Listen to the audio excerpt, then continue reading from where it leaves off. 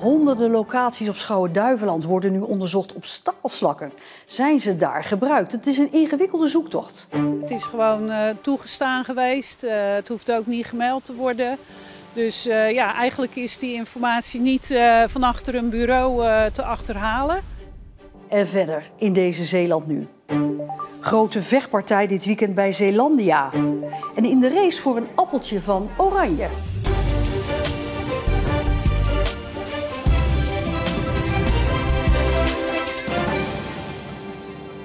Goedenavond. Zeeuwse overheden hebben geen idee waar er in Zeeland op het land staalslakken zijn gebruikt.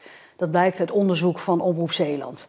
Alleen de gemeenten Middelburg en Schouwen-Duiveland konden plekken aangeven waar deze restproducten uit de staalindustrie zijn. De laatste gemeente gaat ook een onderzoek instellen naar plaatsen waar mogelijk nog meer staalslakken liggen. De staatssecretaris heeft een beperking ingesteld op het gebruik van staalslakken op het land en een verbod tot juli volgend jaar op nieuwe staalslakken in de Schelders. Uit verschillende onderzoeken is gebleken dat staalslakken op land gevaarlijk kunnen zijn voor de volksgezondheid als ze in aanraking komen met water. Ze mogen dan ook niet gebruikt worden op plaatsen waar mensen ermee in aanraking kunnen komen. Maar waar kan dat dan gebeuren? Omroep Zeeland vroeg het aan alle 13 gemeenten en de provincie. De conclusie? Ze hebben geen idee. Er waren 2 gemeenten die met concrete antwoorden kwamen. In Middelburg zijn een aantal locaties bekend en Schouwen-Duiveland wil onderzoeken waar producten zijn toegepast die mogelijk staalslakken bevatten. Het is gewoon toegestaan geweest. Het hoeft ook niet gemeld te worden. Dus ja, eigenlijk is die informatie niet van achter een bureau te achterhalen. Dit is een voorbeeld van een plaats waar al van bekend is dat er staalslakken liggen. De Prunje Hill, net buiten Seroskerke op Schouwen-Duiveland. Hier ligt sinds de jaren 90 ruim 1 miljoen kilo staalslakken. De vraag is hoeveel van dit soort locaties de gemeente moet gaan bekijken. We zullen zo'n 400 plekken onderzoeken. En ja, daar gaan we natuurlijk mee aan de slag. Maar we hopen eind dit jaar of misschien begin volgend jaar daar wel uitkomsten uit te hebben. En in Middelburg staat collega Remy Oppeneer. Ja, Remy, staalslakken zijn in Zeeland op het land en in het water gebruikt. Ook vaak om plekken te verstevigen. Maar alleen al voor Schouwen-Duiveland gaat het dus blijkbaar om 400 locaties die ze nu gaan onderzoeken. Ja, waarom zijn die plaatsen allemaal niet bekend? Ja, in het water zijn die plaatsen wel bekend, maar op het land niet om de simpele reden, de wethouder zei het net al, er is nooit een vergunningsplicht geweest, dus het hoeft er nooit ergens geregistreerd te worden. Dus als een aannemer besloot, ja, ik moet iets verstevigen of aanleggen en ik wil daarvoor staalslakken gebruiken, dan was dat geen enkel probleem om dat te doen voor ze. En dat maakt zo'n onderzoek naar die 400 plaatsen natuurlijk wel een stuk lastiger. Ja, even voor de duidelijkheid. Jij staat nu in Middelburg op een plek waarvan je wel weet dat daar staalslakken zijn gebruikt. Ja, klopt inderdaad. De gemeente Middelburg heeft 5 locaties aangegeven waarvan ze weten dat ze gebruikt zijn. Eén daarvan is bijvoorbeeld het parkeerterrein voor de Schouwburg in de stad. Maar dit is er ook één en dit is een wandelpad in de wijk Douwendalen. En ik sta hier op een soort grindondergrond. En hierin bestaat 2/3 van het grind bestaat uit staalslakken. En dat kun je heel makkelijk testen met een magneet. Als ik die heel even op de grond laat, ook al is het maar 1 seconde, dan zie je eigenlijk meteen dat hij zich helemaal volzuigt met het grind dat op de grond ligt. Dat is een teken dat voor een groot deel uit staalslakken bestaat. En op zich is dat nu geen enkel probleem voor de volksgezondheid. Want ja, het ligt er, het is allemaal in orde. Maar als het hier droog wordt en er ontstaat een soort stof, dan kan het wel problemen opleveren in mensen de luchtwegen en irritatie aan de ogen bijvoorbeeld. En vooral kinderen zijn daar gevoelig voor. En dat is ook een van de redenen dat de overheid heeft gezegd, het komende jaar sowieso mogen deze vorm van staalslakken niet meer gebruikt worden. Maar ja, hier liggen ze al. Remy Oppeneer, dankjewel. De provincie Zeeland gaat veehouders financieel helpen als ze hun bedrijf geheel of gedeeltelijk willen beëindigen. Het gaat met name om boeren wiens veehouderij in de buurt van een Natura 2000 gebied staat. Doel is de stikstofuitstoot in zo'n gebied terug te dringen. Boeren kunnen zich vanaf 15 oktober inschrijven bij de provincie voor de subsidieregeling. De politie doet geen mededelingen over het lopende onderzoek naar de moeder en haar dochtertje die maandagavond dood zijn aangetroffen in een flat aan de Vincent van Gogstraat. Ze zijn door geweld om het leven gekomen. De politie meldde gisteren dat meerdere scenario's mogelijk zijn, waaronder moord en zelfdoding. De vader van het meisje is geen verdachte.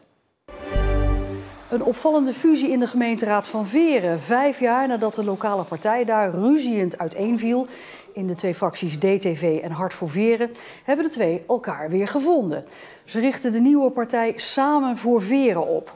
We kiezen voor samenwerking boven verdeeldheid, staat in een persbericht. Hart voor Veere zit nu in het college van burgemeester en wethouders. DTV zit in de oppositie.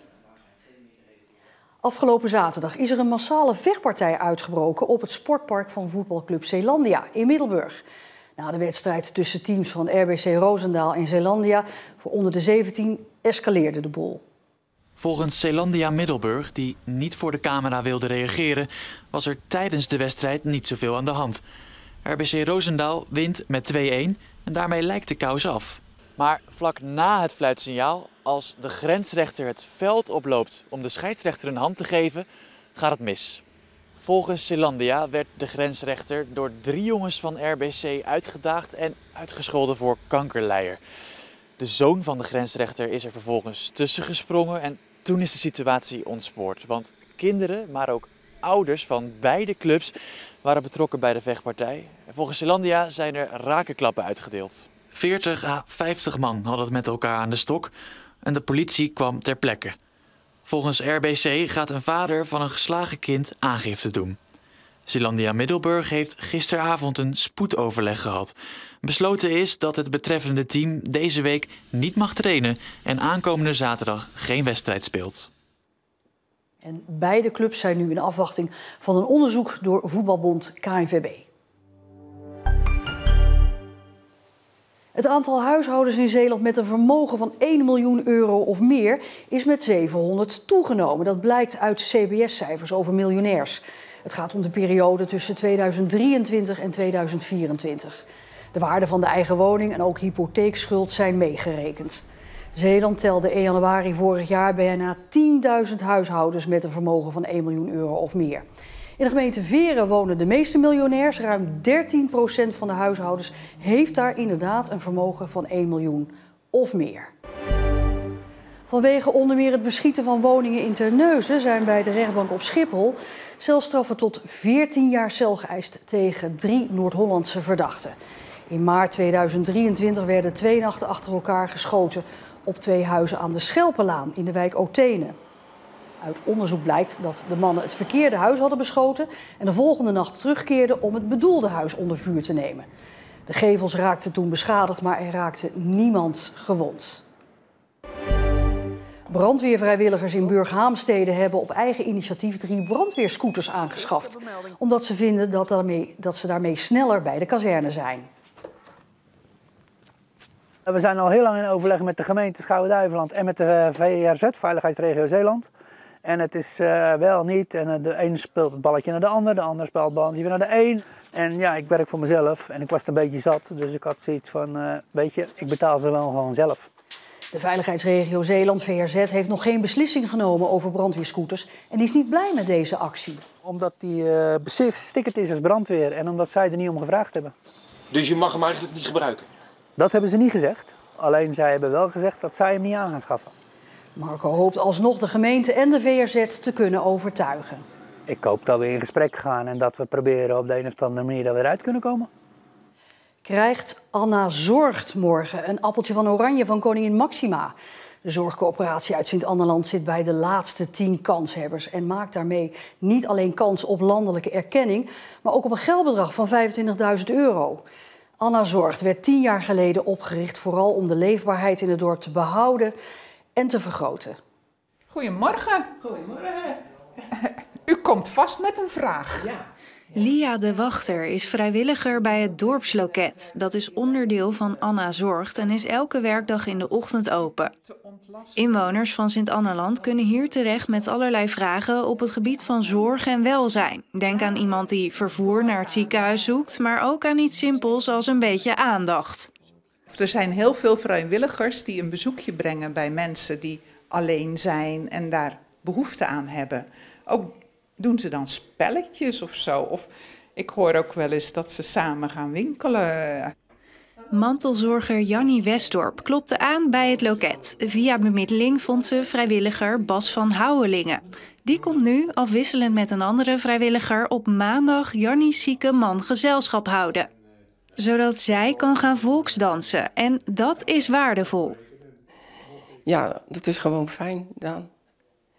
Dat ze ook om mijn man aandacht geven. En die vindt dat ook leuk. Dan is weer wat anders. Oppassen. Oppas. Ja.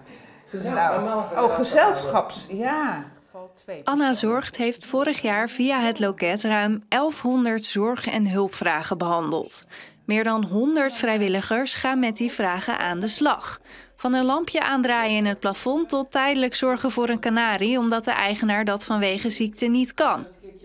Ook organiseert Anna Zorgt middagen, zoals hier in een gemeenschappelijke ruimte vlak bij de haven. Mensen komen elke week samen. Ik kijk er altijd wel naar uit. Ik sla eigenlijk nooit over. Dan is er wel iets aan de hand. Het is dubbel feest. Anna Zorgt bestaat 10 jaar en maakt kans op een appeltje van oranje. Uit ruim 300 inzendingen is Anna Zorgt bij de laatste 10 overgebleven. We vinden het nu al een eer dat we uitgenodigd zijn, dat we daar naartoe kunnen. Als het ook nog zo is dat we een van de winnaars zouden zijn, ja, dan zou dat fantastisch zijn. En dan zouden we die €25.000 met name gebruiken om een soort behoeftepeiling weer in Sint-Anneland te doen.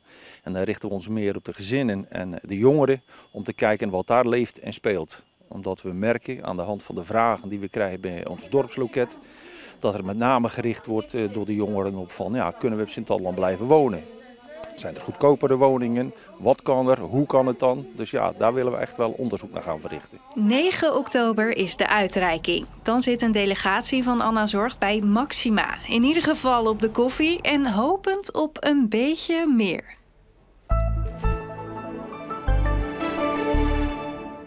Het zag er een beetje grauw uit vandaag door de bewolking, maar het bleef vrijwel overal droog.